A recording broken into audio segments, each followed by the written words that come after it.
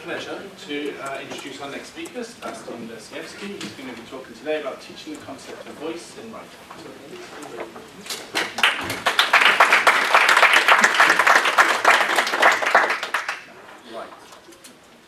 Hello everyone, thank you very much for choosing to come to this talk about teaching our students how to recognize and how to demonstrate the author's voice in academic writing.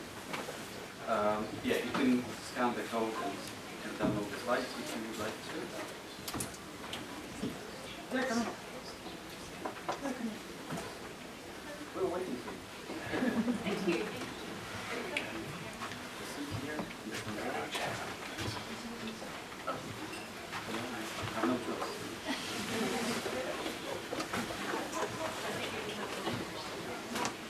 Right, so yeah, this talk is about teaching our students how to demonstrate and how to recognize the author's voice in academic writing. I'm Sebastian Lesiewski. To add a bit of context to what I'll be talking about today, a few words about me. So I've been teaching since 2002, teaching English mostly in academic contexts. I've worked on pre-sessional and foundation year courses. And since 2021, I work as senior lecturer and academic lead for research at Bloomsbury Institute, London. This is my 11th IATEFL conference. So, I want to begin with a short extract from an academic article. I'll give you a moment to read.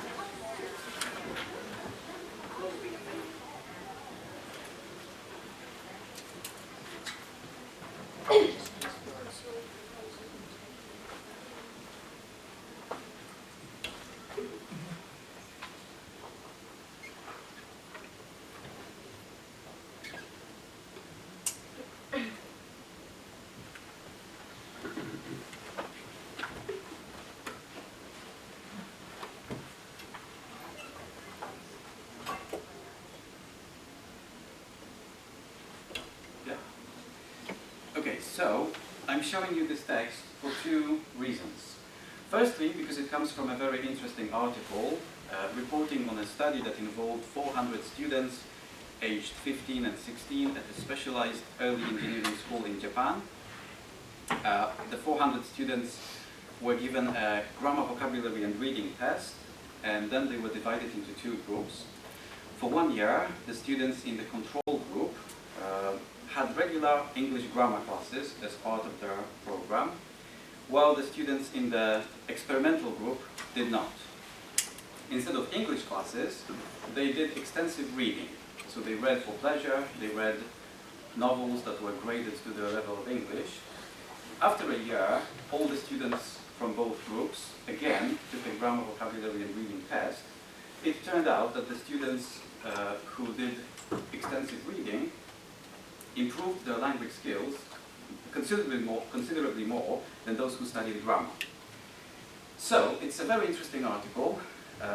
We're looking at the literature review section of that article. The author refers to two earlier studies. But of course, this talk is not about extensive reading. So the main reason why I'm showing you this passage is this. An undergraduate student or a student who has just transitioned to higher education or is about to transition to higher education, when seeing a text like this, is often under the impression that the person who wrote this text doesn't say anything of their own, but they just quote other people.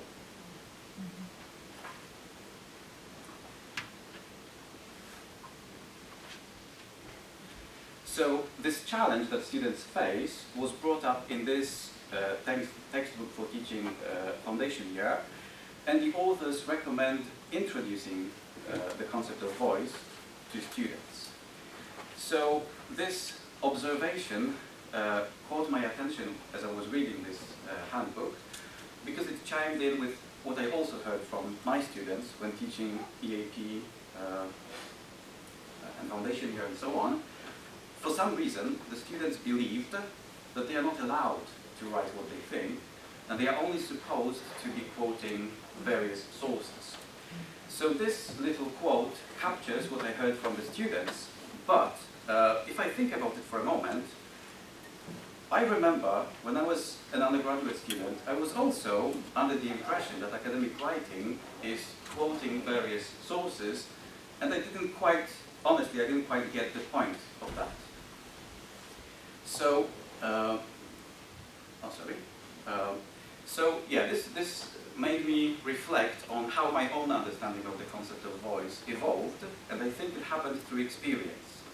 Especially during my master's program, there were a lot of assignment papers to write, and I think my understanding of the concept of voice evolved through that.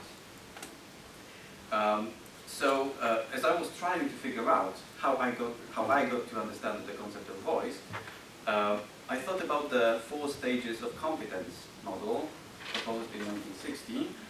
So the first stage is unconscious incompetence, meaning that I don't know what I don't know. For example, if I wanted to become a doctor, I honestly don't know what I would need to learn. I do have a vague idea that I would probably need to study biology, chemistry, but other than this, I don't know what I don't know. The next stage is conscious incompetence. So let's say I go to university to study medicine, and there I see my reading list, I see what modules I'll be doing, so now I know what I don't know.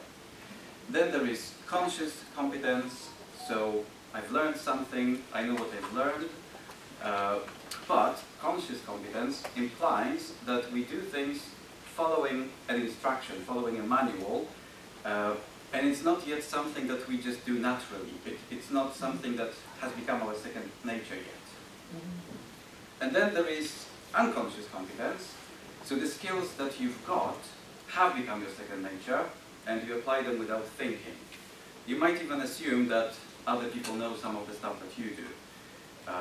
For example, if you're a neurobiology student, after a while you might be using some terminology, you might be casually using words such as dendrite or synapse, sort of assuming that everyone knows what you're talking about.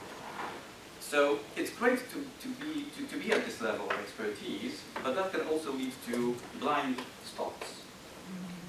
Expert blind spots are the things that we don't realize that other people don't understand. For example, I think that everyone in this room understands the concept of voice.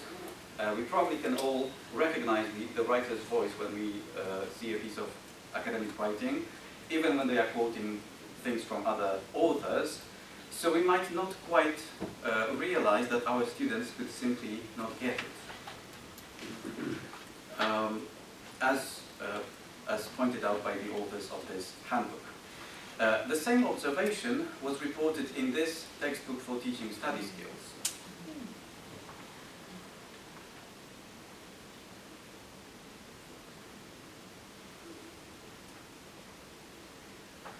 Can you actually read it? Yeah? So students either just say write what they think, and that might end up sounding a bit naive, because they are not in a position to be making any profound claims, or they just quote other sources, and that might sometimes sound a bit shallow and descriptive. So the teacher's task is this.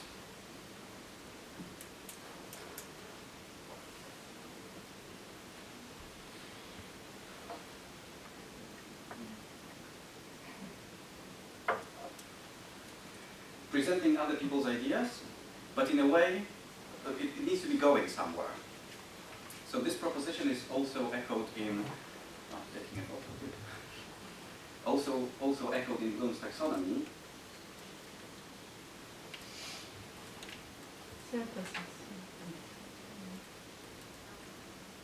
So this level of cognitive engagement is identified in the revised version of Bloom's taxonomy as creating. In the original version it was called synthesizing. I won't be going into much detail about Bloom's taxonomy because I did a talk about Bloom's taxonomy at last year's IATEFL. That talk is recorded and you can find it on YouTube. So I will just say that the point of Bloom's taxonomy is about distinguishing between simply retrieving information and deeper cognitive engagement. So, how is the writer's voice demonstrated? One way in which the voice is demonstrated when referring to other people's work is through our choice of reporting verbs. So, for example, the verb signals some distance towards the claim that is being reported, whereas the phrasal verb point out shows our agreement with the information that we are quoting. We could say that the choice of reporting verbs signals our evaluation of that source, which is actually quite nuanced and possibly a bit less useful to undergraduate students. Another way in which the voice is demonstrated is through linking words and discourse markers, showing comparing, contrasting, synthesizing. This is a way to demonstrate some understanding of the information that we refer to. Okay, so now let's look at how it's done in the text that we saw earlier. So there is a reporting verb. This finding indicates that, so that's inferring, and here we're looking at comparing. So this study found that the reading material given to students should not be too difficult, and here the author is pointing out that another study also found something similar. One other thing to notice about this text is that it is not using verbatim quotes. It's all summarizing and paraphrasing, which is another way to demonstrate our understanding of the material, and another way to demonstrate the author's voice. One other way in which the voice is demonstrated is through personal pronouns. So the text that we saw a moment ago was from the literature review section, where personal pronouns are not quite suitable. In general, it used to be recommended that first-person pronouns should be avoided in academic writing, although I personally was taught that using first-person pronouns is a good thing, and that's something that I teach to my students as well. So let's take a look at another academic text. Again, a moment to read it.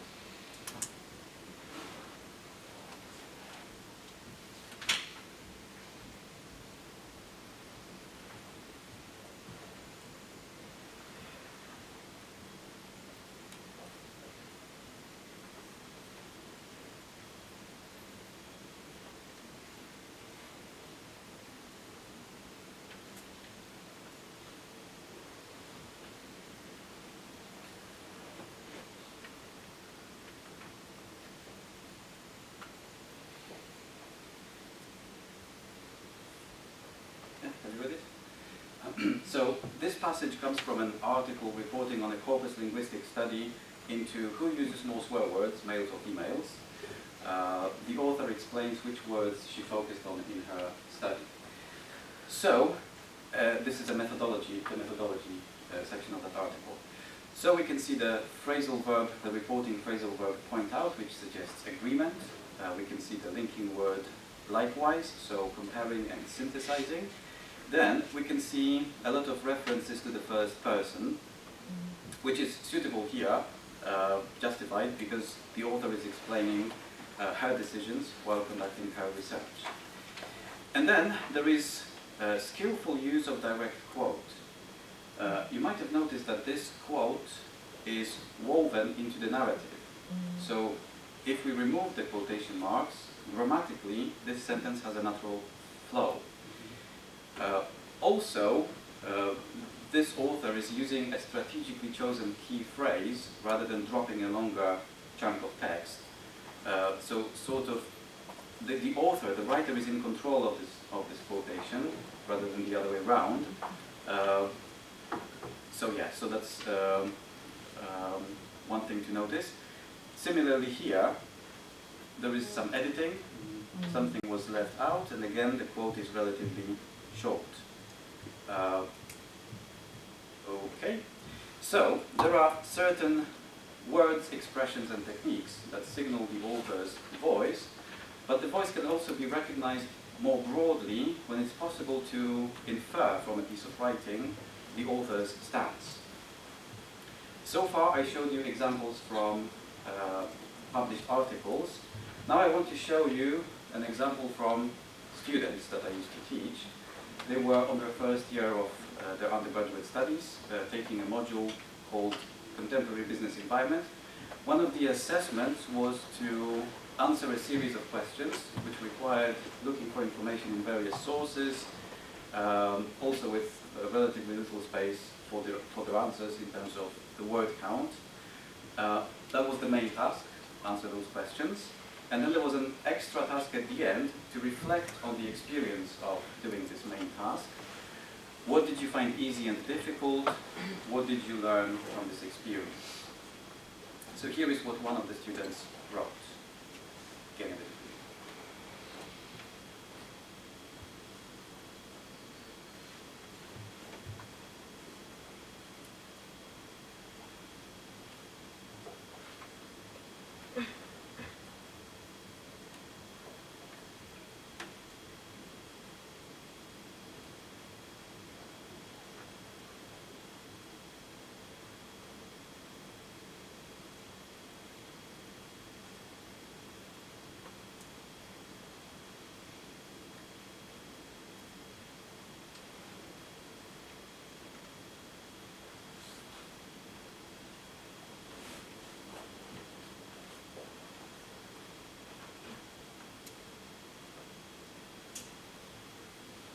People in the back, can you read it actually? Yeah. Okay. Have you read it? Okay. So here is the same question, an answer from another student.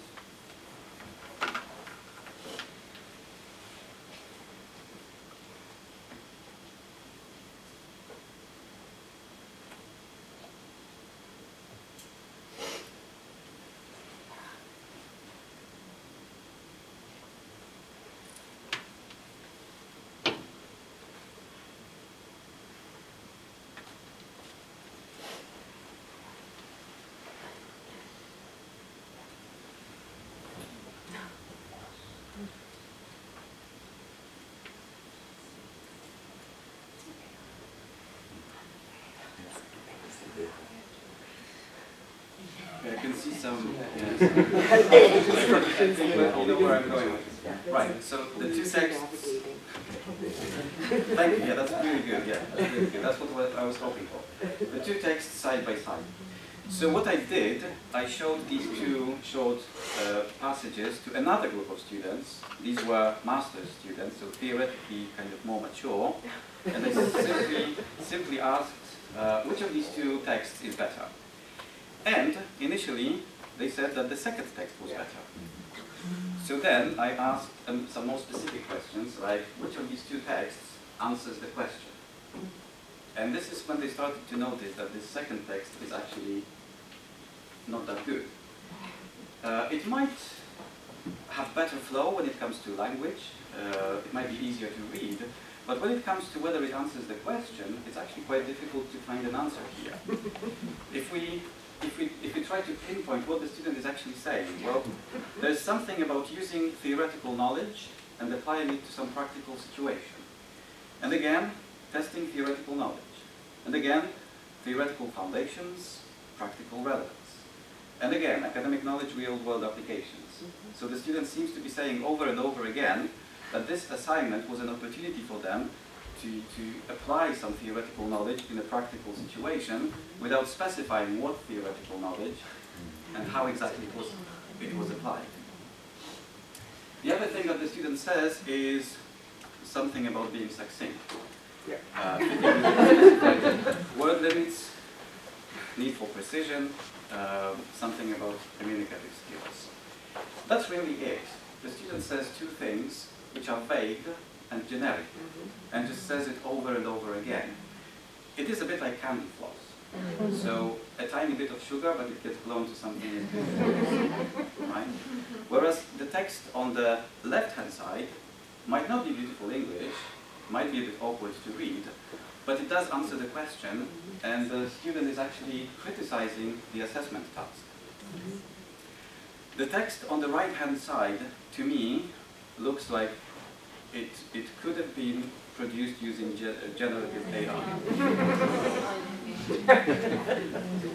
This is what AI is good at, filling space with words without saying much. AI-generated texts are notoriously shallow, general, without going into detail, without offering any critical evaluation. I think it can be compared to a certain phenomenon from macroeconomy. So there have been situations in history where countries ran into financial difficulties, didn't have enough money in their budget, so they simply decided to print more money. So that inevitably leads to inflation, because the money that is issued does not reflect the value of the goods and services that are available within that economic system. So it's empty money. There is more money than stuff to buy. In the same way, using generative AI, we can quickly produce a lot of text, which might look good at first sight, but it does not reflect any real thinking. There is no human thinking behind it.